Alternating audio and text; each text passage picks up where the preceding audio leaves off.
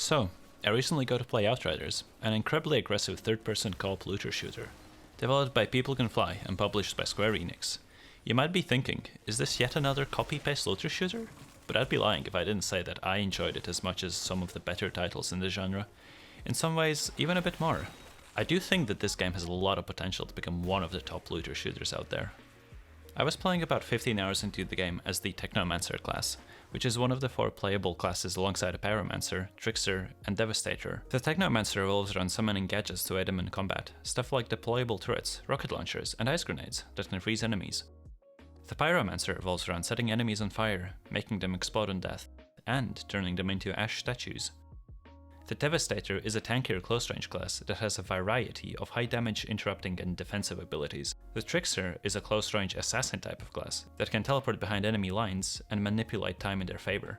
Each class also has a skill tree that branches out into 3 subclasses. Early on, points can be invested in simple health, armor, and damage increases, but further down the line, the upgrades start to differ a lot and provide very specific bonuses to different abilities.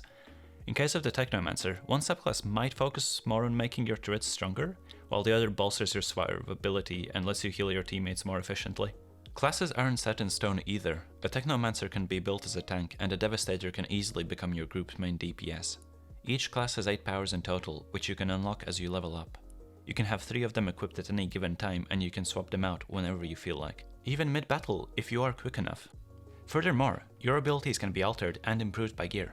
Armor pieces can have simple passives that, in case of the Technomancer, improve things like the duration or range of turrets, or even alter them in a way that makes them perform differently, like having the Blight turret inflict freeze instead of toxin damage and status effects.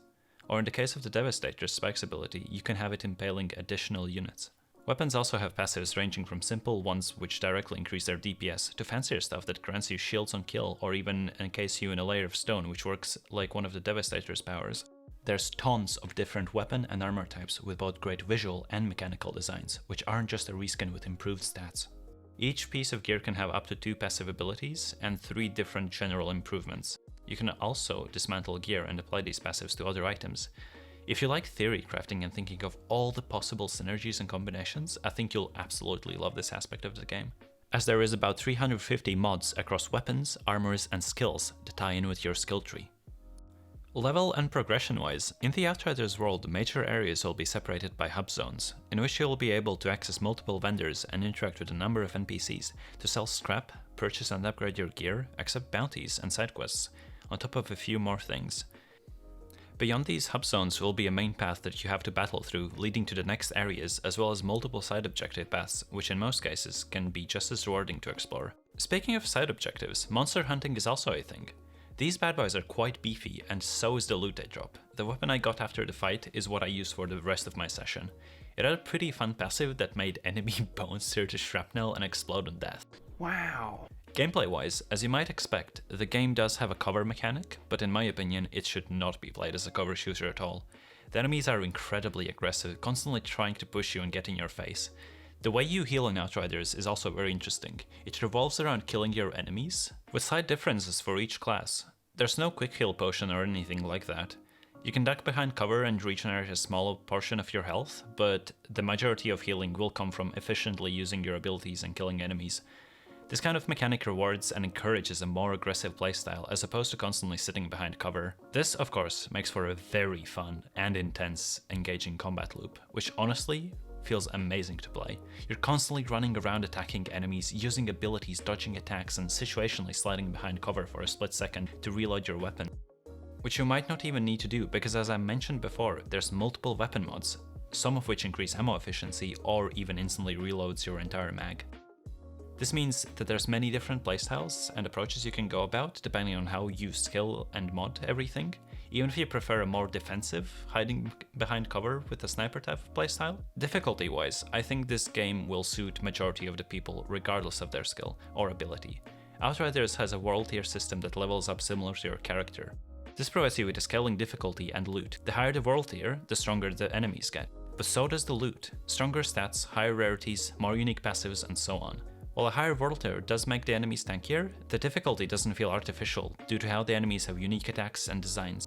This is also why I think the game will be enjoyable both for newer players to the genre as well as people who like min-maxing their builds. The world tier system lets you play at a level that you're comfortable at, and the increased quality of loot encourages you to push yourself further once you're ready, letting you play at your own pace that you're comfortable at. As for the amount of free playability, Outriders isn't a game with any live service elements, but rather a complete experience straight out of the box. The campaign itself is said to, without any extra quests or activities, take you about 30 to 40 hours to complete. If you're someone who wants to experience all 4 of the classes, this guarantees you quite a bit of game time. Again, that is not including any of the optional story or activities you can do, or even the post-campaign content. In a recent Outriders broadcast, they revealed Expeditions, a post-campaign game mode that is said to be highly addictive and intended for advanced players. You'll be placed in a new camp with a station that will show multiple new areas to explore. Similar to world tiers, they will also have their own challenge tiers. These missions will have a time trial type of approach. The faster you clear the level, the more and better rewards you get. Something important to note though, is that none of this will be recycled content. These will be large maps featuring their own mechanics and challenges. While I can somewhat solo these, it is highly recommended you have a full squad, as combining abilities efficiently will be required to successfully finish them. There's lots to go over, so I'll link an official video explaining how all of this works, but we will be getting 15 of these on launch, which sounds insane. Now, as for the lore and story of Outriders, after humanity discovered Enoch and tried to colonize it, things went south quickly when the massive energy storm known as the Anomaly destroyed all technology. The Anomaly is also the reason for the Altered, which are the people we play as. Aside from highly enjoyable gameplay, a good story is something else that I personally need in a game to enjoy it. I only got to play a few hours, so it's too early to judge, but I did enjoy what I saw. Overall, Outriders feels like a solid game, with tons of promising content, highly enjoyable and addictive gameplay, and an engaging story. Being that the game is developed by People Can Fly, there will be no microtransactions. However, I think future DLC content, whether free or paid, is most likely going to happen, but for now, the developers have said that they're only focusing on finishing the game, so it's not completely certain. It's been a while since I've been this excited about any game, so here's hoping it lives up to its full potential. Outriders is set to release on February 2nd, 2021 and can be pre-ordered right now. It will be available on all major platforms, and it will be featuring full crossplay support. So you'll be able to play with all of your plebeian friends who use a controller for whatever reason. I'm going to leave you with some rather intense gameplay towards the end of my session, where I had asked to be put a few world tiers above the tier I had currently unlocked. I hope you've enjoyed this video. See you around. Also, don't forget to follow me on Twitch. Uwu.